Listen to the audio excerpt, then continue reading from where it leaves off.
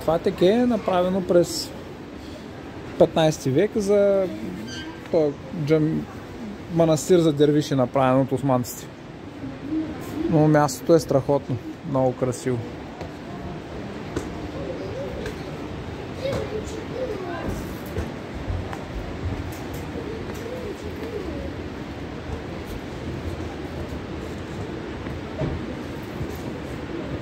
Сега да беше горе на терасата, след да снимам.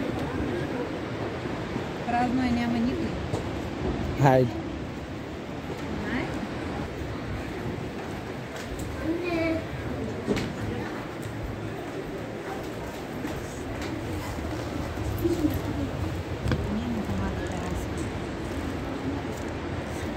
Имаме късмет да няма никой. Благайтеке. А ние на Благайтеке. До моста. Там има табела.